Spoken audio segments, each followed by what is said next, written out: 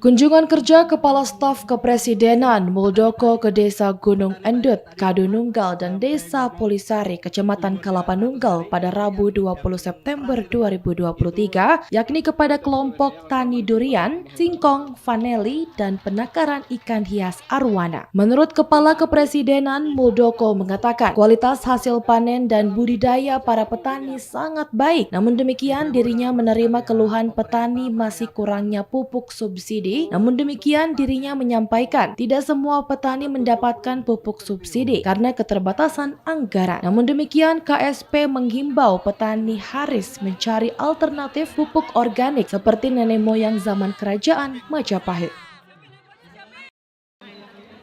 Ke Sukabumi dari titik pertama sampai saat ini ketiga ya, panen sama petani bertemu. Seperti apa kunjungan saat ini Pak Jenderal? Ya, saya melihat petani sangat baik ya, sangat baik dari budidayanya sangat baik.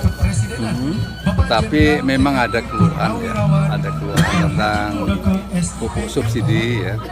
Tapi tadi saya sudah sampaikan bahwa memang dalam hal pupuk subsidi ini tidak semua petani mendapatkan ya, karena memang anggaran dari negara tidak mencukupi itu.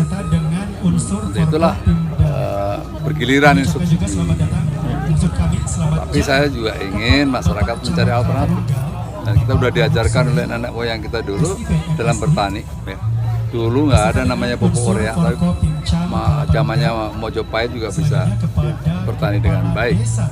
Sementara itu, kunjungan Kepala Staf Kepresidenan Muldoko juga dihadiri Forkopimda Kabupaten Sukabumi yang secara langsung ikut menyaksikan panen raya singkong. Dari Kabupaten Sukabumi, Muhammad Ujang Heriaman melaporkan.